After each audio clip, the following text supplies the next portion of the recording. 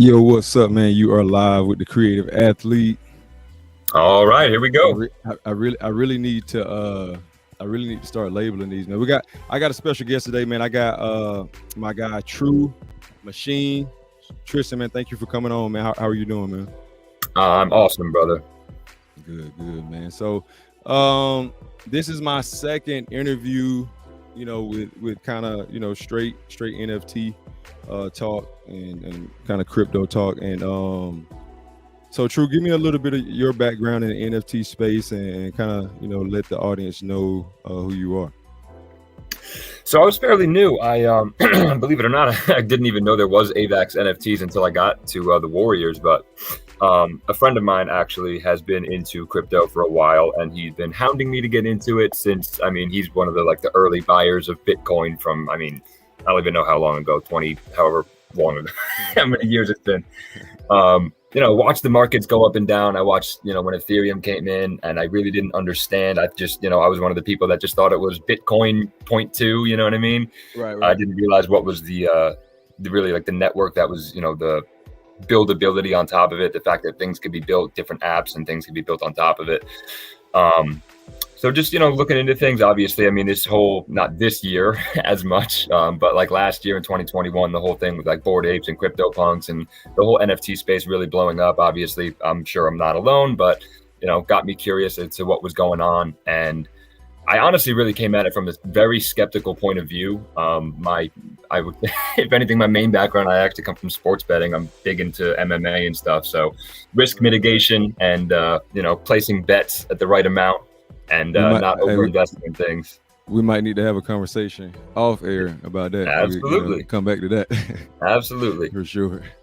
But so yeah, I noticed that a lot of the projects that were going on, what seemed like what was happening was a lot of just, kind of arbitrary trading volume and like people that were not necessarily investing into the projects, but more so into the volume. And like, I think this is going to blow up, and investing here, dropping a little bit there. And it was just really weird to me. Like, I didn't see a lot of communities that were really tight with each other. Like, whenever you would go into a Discord, it was like, all right, bro, welcome, you made it. Welcome to the money club, whatever. Right. But like the second things started to go wrong, or the second people had problems, you could just see it fall apart. And it's just like any other bad team. I mean, you're a sports guy, right, when people don't get along and they really don't have a strong bond and they really don't have a common vision and a common goal, right. The second things start to look hairy, they turn on each other. So for me, one of the big points was artwork. I need to like the thing I'm buying, because at the end of the day, no matter what the project does, worst case scenario, I bought a piece of art that I like. Right. You know what I mean? So I really just came at it from that perspective, and just scrolling through Twitter pretty much. I had just stumbled upon one of the Warrior pictures and immediately fell in love. And I was like, I need to own one of those. I don't care what it is. I don't care what network it's on. It's right. Amazing, and I want one. So I was lucky enough to be one of the, not earliest, but like before the Discord got like 4,000 members now. I was like one of the first, like just over 1,000, I think I got in, and met one of our other community managers, JR. Really cool dude. He's from Miami. And we just, grew it, man. Just little by little, person by person popped in. And we just, it was really just a very organic grassroots thing of, getting people who really believe in the project and, again, love the artwork. And obviously with the story lore, that's, we got more and more coming out. We should have another piece coming out soon. You see there, Lore's Law. That's a little thing that our writer came up with. So between like the artwork and the story lore itself, it was just, again, I didn't even know AVAX NFTs were a thing. So eventually I got to the point where I just really wanted to get involved. And I had not only seen the community that was being grown in the Warriors, but started to branch out and see how, like we were saying before when we were offline, that, the camaraderie in the AVAX community itself. And it's just is a really exciting thing. And it's just really easy to be a part of, and everybody's very welcoming, and everybody's so knowledgeable. I'm not I'm not a technical person at all. I don't know jack about smart contracts. I'm learning a little bit more and more day by day the more I talk to people. That's what you got to do, I think we all are. We're all in this, right? Absolutely. But yeah, just learning more and more. And as we were going through our thing and just watching markets go up and down, obviously the market is where it is right now. Right. So yeah, it's just a really it was a slow process for sure, but I'm very glad I found my way here. Right, and that was my kind of segueing into my next question. Why Avalanche? So since you've been here, obviously you said you like the community side of AVAX, but as far as with the blockchain and the, everything that's behind AVAX, how do you feel about it? I guess from what you understand, more so to say. Yeah. Right. I guess I can kind of answer it on two levels. I mean, for me personally, again, I didn't even know so much about AVAX NFTs when I first started looking into crypto and all of the different blockchains and projects that were being developed. I mean, what stood out to me right away, and I think what stands out to a lot of people right away about Ethereum and Bitcoin especially, is the amount of energy it takes to mine them and keep them the networks running.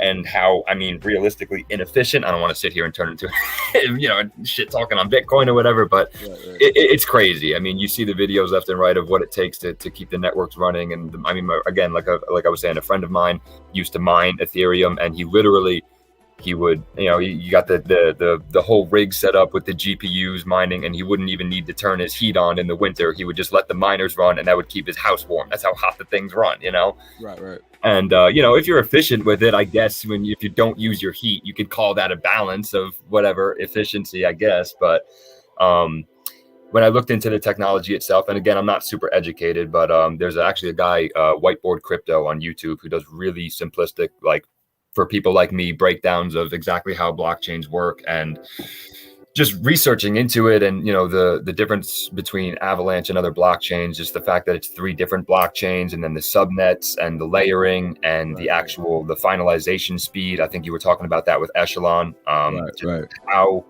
fast it is, and it's not just. I think it's 4,500 per second, I believe. Something like that. Yeah, well, it's 4,500 per second, but it's 4,500 per second per subnet. So right now, there's I'm not sure exactly how many there are at this point. I know we have the 2 major ones, the DFK chain and the Swimmer net for the Cribata network. But I mean, as they grow, it's scaled what they call horizontally. So as the way I understand it is to be like, it is, the more it grows, the more efficient it becomes. So it's not just 4,500 transactions per second per subnet. Right. It's, if a subnet isn't utilizing that full 4,500 transactions per second, that processing power goes to the rest of the network. So whatever you're not using only goes to improve everything else. So as it grows, it becomes more efficient, which is crazy to wrap your head around, but we've seen it. I mean, before the DFK and Swimmer network went live, gas fees were getting pretty high, and immediately, like the day they went live, it went back to like 0.0002 to just trade AVAX back and forth, which, I mean, even when AVAX was high relative to US dollars, is fractions of a penny, which is insane. That's incredible. And especially for things like with the Warriors, like with Workshop, if we were to try to do something like that on Ethereum, between gas fees and render costs alone, it would take up our whole treasury to do one.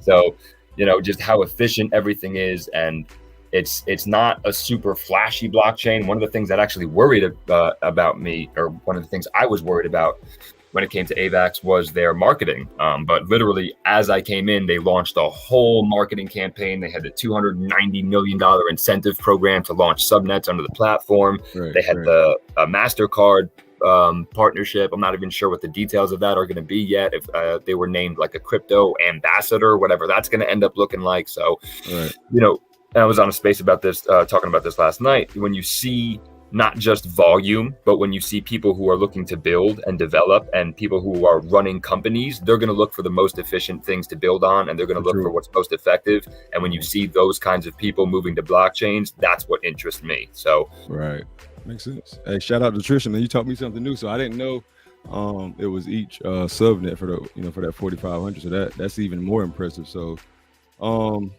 So next question, let's talk about 3D artwork. So obviously the Warriors is definitely heavy on the 3D artwork, right? Yes, sir. And what do you think separates 3D artwork from I guess there's just kind of like some of the I guess apes or even I see what is it, doodle art work is kind of supposed to get that nostalgia feel. But I don't know. I'm kind of into futuristic things. I like the 3D artwork. What are your thoughts? Why 3D artwork for your lens? I know you said you chose this project partly because of that. Yeah, I mean, I would say partly. I would say almost entirely, to be honest. But Okay. I mean, just comparatively to other projects, I mean, you do see it a little bit more on Ethereum and like the more artsy chains, so to speak. But I mean, it's art, so it is subjective, and I don't want to sit here and say that one's better than the other. But I mean, the skill and the practice and the experience that it takes to be able to go through and render and model everything in three. I mean, the different workflows our artist uses. He uses like 10 different programs. He like XSI and MOI 3D to start with, like just the basic shape of it, all the assets, the coloring between Photoshop and Let's use Blender. No, he actually, it was funny. He actually doesn't use Blender. That's like the one thing he doesn't use. We had a guy come into our Discord recently. We're hopefully going to get him on that and see what he can come up with. But there's a little bit of Photoshop, the MOI and XSI 3D, ZBrush, and then that final, like that picture that you see that is the actual NFT that's like rendered in Keyshot. So, the NFT itself isn't 3D. That is actually something that's in our roadmap, is the 3D airdrops. Again, they're not sure exactly what that's going to end up looking like between the costs and how many warriors are going to be available and how many people are going to want them. And, but just, one of the other projects that's really cool with the 3D artwork, the Ava Sharks, there's not a lot of it on Avalanche. And again, I think just the quality alone, when you look at it, it really does speak for itself. And it's just a really cool, I mean, between the lighting, the different locations that the warriors are in, I mean, they all just have a really unique look to them. And like I said, just the very first time I saw it, it caught my eye right away. So, okay, so I see you guys are listed on NFT Trade and what's that? Koala? Everybody's got a different name for it. We are on a bunch of marketplaces now. We're on NF Trade, Klau, Joe Pegs, Tofu, Campfire, and probably one more that I don't know about, but those are the ones that I'm sure we're on and verified on. And on Campfire, what is NFT Trade? What is the NFT Trade? I want to pull this up real quick so we can. I want to kind of just scroll through the collection, just to kind of show people what I've seen on Twitter so far. So Warriors, let me see, Warriors XYZ. So on NF Trade, the collection name is AVAX Warriors. That was actually our original name. We did a rebranding of now we're just Warriors, but the collection name is AVAX Warriors. Gotcha. Okay. All right, let me see. Let me get this up here on the screen.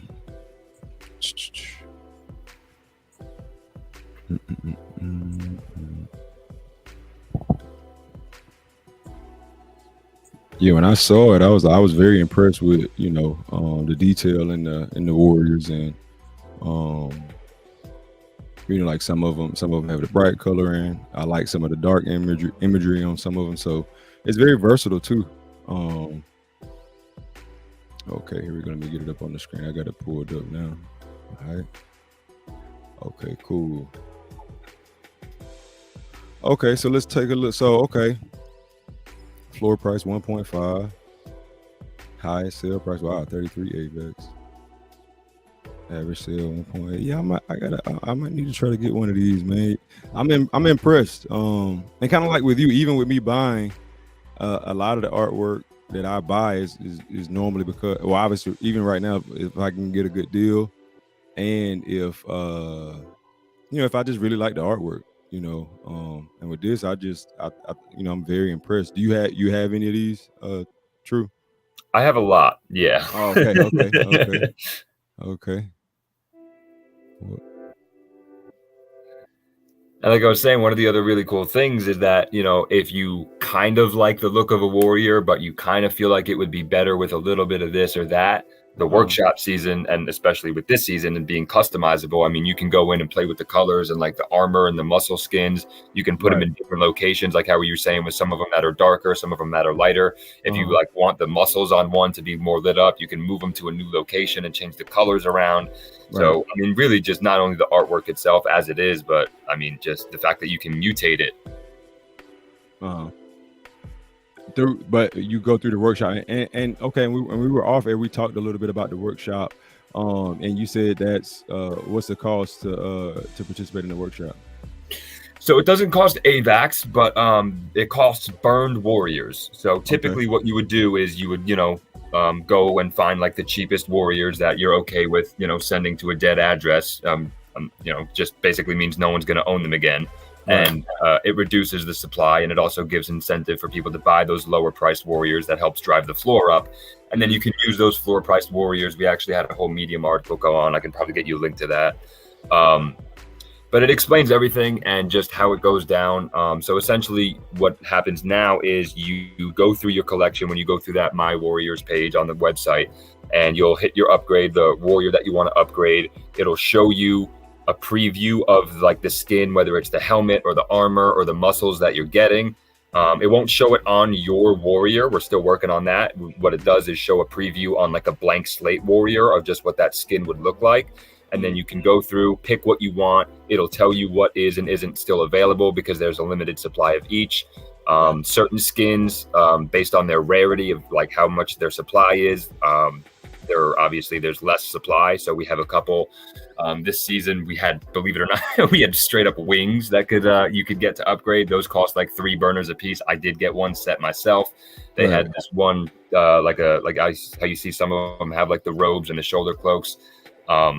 Our artist came up with this all black one with gold chains around it. It's just crazy looking. Yes, I like the one that this one right here for just 8.8 AVAX. I think if you can see my mouse. Yeah. That's a Zen. That's one of the rarest. Yeah, I like the ones with the cloak. It was one that was like brown and they had some other little cool. See, I like the ones with the cloak, like Illyri right here. I like that one a lot. That's cool. Yeah, these are very unique, man. I get cool action figure vibes from these too, man. And I see y'all doing the merch and stuff on the website.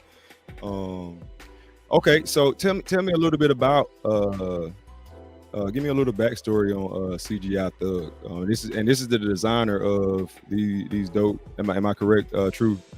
He is our one and only artist. He does the design, he does the assets, he does the coloring, he does all that. So shout out to Cgi Thug, man. Okay, go ahead. Yeah, seriously, he is a beast with it. And believe it or not, he actually hasn't been doing specifically this kind of artwork for that long.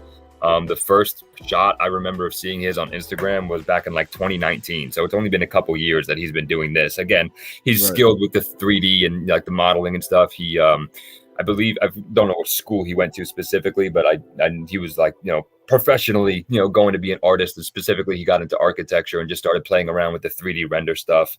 Like we were saying off air, originally he wasn't. Yeah. Tell that story. Yeah.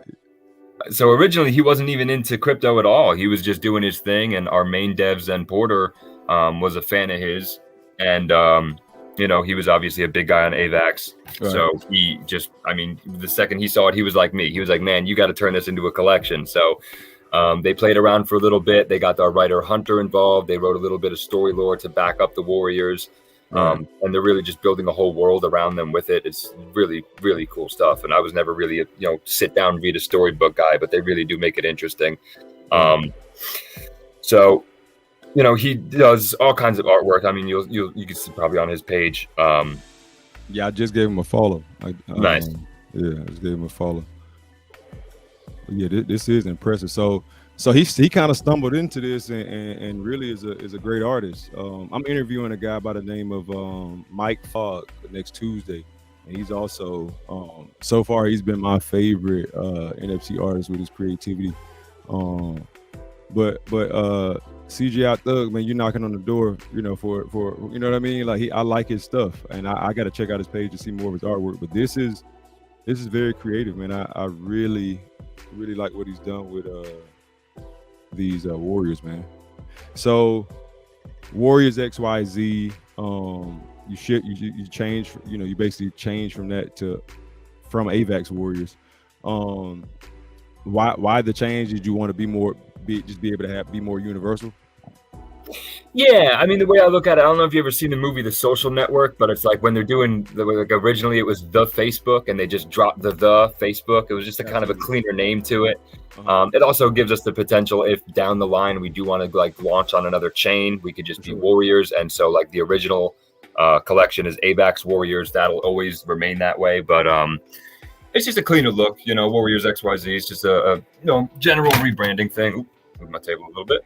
But yeah, so we really just want to focus on not so much, I mean, as much as like we were saying before, as much as we do love the Avalanche chain, I don't like it. We can have our foundations here, but we don't want to be limited to the one chain, you know? Absolutely. So as much as we do love the Avalanche community, as much as we're trying to get our ties into the community and grow ourselves from that, we think that, especially with the artwork, we have the potential to really just branch out. And like you said, people who aren't even into crypto can look at the artwork and say, you know, they can recognize it. Like we were saying before offline, like one of the issues I had with a lot of NFTs was just the quality of the artwork itself. I mean, you don't have to be a whatever art snob to look at a lot of the projects and be like, I don't understand why people are buying this. This is not, you know, art. It's called, you know, digital art, but like it's not real artwork. It's a monkey with a, you know, Supreme hoodie on, or you know, with a cigar in his mouth.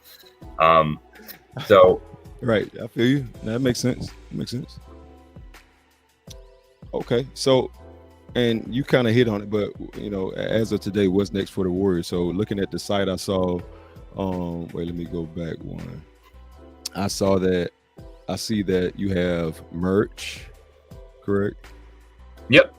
So we have the Revolving merch store. What that is right now, what's available right now is the print. So you can get a paper framed printout or an aluminum lasered framed printout of your Warrior, and they can actually do custom sizes if you want one like custom. Right now, I think they're 10 by 11 or something. It's not super big, but it's a nice little poster to hang up on your wall. A lot of the people who got them were super satisfied with it. So that's going to be a revolving thing. I think what they're going to end up doing is just kind of leaving that open. I'm pretty sure there's still plenty of spots left available. So it's pretty much whoever want one can get one, more or less. And between them, I mean, they've tested a bunch of products between like clothing and like hoodies and hats and stuff, but they want to keep it original. Like they don't just want a plain white t-shirt with your picture of your NFT on it. They want to do something original, just like the artwork itself. So, you know, right now it's just the main printout, but I think like I said before with the treasury, they're going to, you know, implement little things. They're going to get samples tested here and there. And I'm not sure if they're just going to cut it out or if they're just going to wait until the printouts sell out and then look to introduce the next thing. But the merch store is always going to be a thing that's revolving. So right now, it's like the prints, like we said before, the 3D model airdrop is in the roadmap. Eventually, we're going to figure out how to do that. Whether that's going to be just the 3D information for you to print it on your own, or if we can get them printed, we're not sure exactly what that's going to end up looking like. Obviously, more story lore. A lot of it revolves around, like there was one session, the Smoked Out, which when we minted, we got like halfway through our mint. So the original collection was 88. We got to like 4,000 to 5,000 after 24 hours and the team was split. They kind of wanted to speed up the mint or cut it. So we put it up to a community vote, and the community voted that after 48 hours, whatever Warriors were left would be burned. So after that 48 hours, we got to about 8,000, and the team had minted 1,000 and then burned them. And they wrote a whole section of story lore that day describing like a battle with Megacorp, which is like our main enemy, and like, you know, how the Warriors burned. There was a whole like moment of silence for it in the Discord. It was just a really cool thing. So these are the stories I have up right here, right? Like some of the lures, and I see it lets you read a little bit of it and kind of it stops you. Yeah, so you have to own a Warrior. That's part of the thing. So like it's kind of like a membership club. So if you want to have it part of the story lore, you got to own a Warrior, and that'll unlock the thing. The same thing with the merch store. You can't just buy one. You have to own a Warrior, and it'll verify it through the smart contract that you own it. So, you know, making it more you know, we don't want to be super exclusive. We want people to be able to join in, obviously, but, you know, having some kind of exclusive membership. And again, because we're not directly tokenized and we don't have a game, we want to be able to give something people to, you know, have, you know, provide some kind of real world value for people. So a story that they can be a part of. And now that our writer and artist are I believe they're both full time now after the mint. That was one of the big reasons for them, is to be able to get them full time so they could just go crazy with it, which they have. You'll see like the latest story lore piece that came out, the Human League. I mean, it's like 10 times bigger than every other piece. And so, our writers just really getting into the depth of it. And one of the things I really liked about the stories was that it wasn't just like, okay, here's the Warriors, here's where they were built and how they were made. Like they're building a whole world and they're telling a whole story around it. And I don't know if you're a big video game guy, but like the types of video games and like things that I've always been into always just have that ridiculously deep story lore that you could be walking around in somebody's house that you're doing a quest and you could pick up a book and read a history book that some dude wrote from 100 years ago that isn't even real. It's just part of the story lore that it's in there. Like just that attention to detail and that level of depth really, again, kind of speaks for itself. So that was one of the things that really got me hooked right away. And like I said, they're adding to it. So more story lore coming out. The actual, releases are a bit, spread out now because that was another thing that the community kind of not necessarily voted for, but we kind of had a poll for it. And, our writer asked us, he was like, listen, I could do them more often. I could give you guys lore once a month and there'll be shorter stories, or I could take my time and give you guys something like the Human League. And every single person was like, dude, take your time, give us the good stuff. So with that being said, I mean, we're in a digital world now where, people like videos, people like, that type of stimulation. Now, with this type of creativity, would you extend this to a TV show or video game? Yeah, absolutely. And has your fan base have they mentioned that? Oh, they don't stop talking about it. Right. And it's definitely one of the questions we always get from new people that are coming in. Where's the game? And it's funny because we were talking about our guy Echelon. One of the things I really like that he did with his first strike thing was that it's not, shout out to Echelon for sure, great guy. And one of the things I really like that he did with that was that it's not tokenized. You just have to own an NFT and you can go play the game. So there's they're not going to turn into a bunch of toxic monsters that are fighting each other for money. They're just there to have fun and play the game. So that's one of the main things that the team is concerned with. They don't want to just turn something into a tokenized project that people are hunting for yield for. They want people to continue to care about the project. So if we go in that direction, again, like we were talking about offline, with the 3D models of the Warriors, making a game for them, we would want it to be something of real quality, and that real quality takes time and money. So, the balance of just building out the brand and then maybe, working with other third parties, like we're talking about with Echelon, with the first strike, maybe getting a Warrior in there or two just to see what it looks like. But like the team has talked about that as well, like a potential for a TV show, comic books, short stories, graphic novels. I think it's just a matter of, again, like we were saying, building out the story lore. And makes sense. Okay, well, we gotta I want to get CGI on here with you one day soon. So what's next? I know you guys are gonna do the workshop. What's the date on the workshop? So it's live right now. That went live on Friday, and it is still active until the 14th, which I believe is this Friday. So they would just go to, let me see, they would just go to the warriorsclub.xyz for the It gets done right on the website. So you would log in, connect with your wallet, and you would approve the contract, the workshop contract, and then it'll go into like the My Warriors page. You would pick the Warrior you want to upgrade. You would go through. It's a really, really smooth process. They show you, you go through helmet, armor, muscle, the location, the assets that you want. You pick out what you want.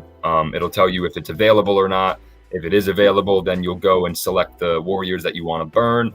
You hit all the Warriors you want to burn. It'll give you like a countdown. You need 5 more Warriors, 4 more Warriors to burn. You go through them all. You select your upgrade.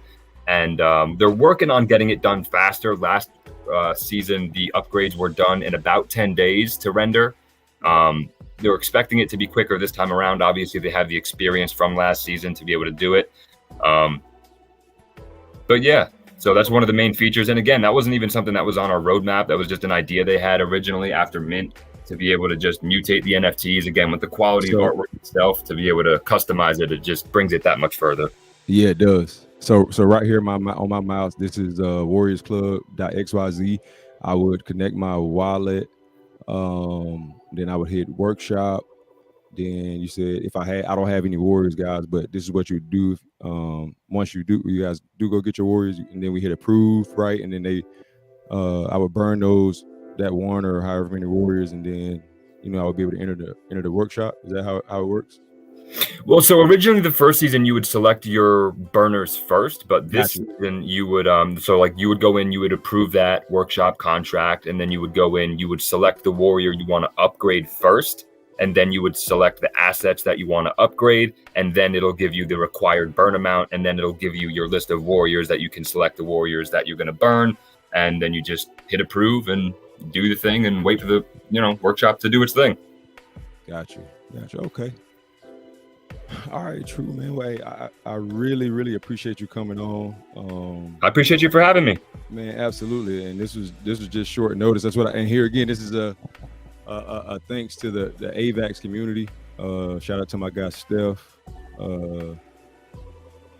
Reaching out to you, you responding and us doing an interview within 3-4 days is great for the community. I love your project. I'm gonna talk to you more about it. I'm interested in your NFTs, and like I said, Trey, I appreciate you sharing your knowledge, and shout out to CGI Thug, man. I love his artwork, and it's dope that you got behind it, True. And I want to see you guys go to the top, man, with AVAX and with whoever else you guys launch with, man. Absolutely, man. I appreciate it. I'm going to talk to our artist. I mean, I know he's a busy guy now, but we're going to try and get him in here for you. Yeah, we'll work it out. Like I said, I understand, as far as with him, being busy and obviously the different time zones and your schedule, but let's just communicate it. We'll be in touch through Twitter, email, or whatever works, and just go from there, man. Absolutely. Okay. Hey, thank you guys for watching, man. If you do see this, please give it a like, give it a share. This is great information about Warriors XYZ. You can learn a little bit about CGI Thug. All right. Love, man. Thanks for watching.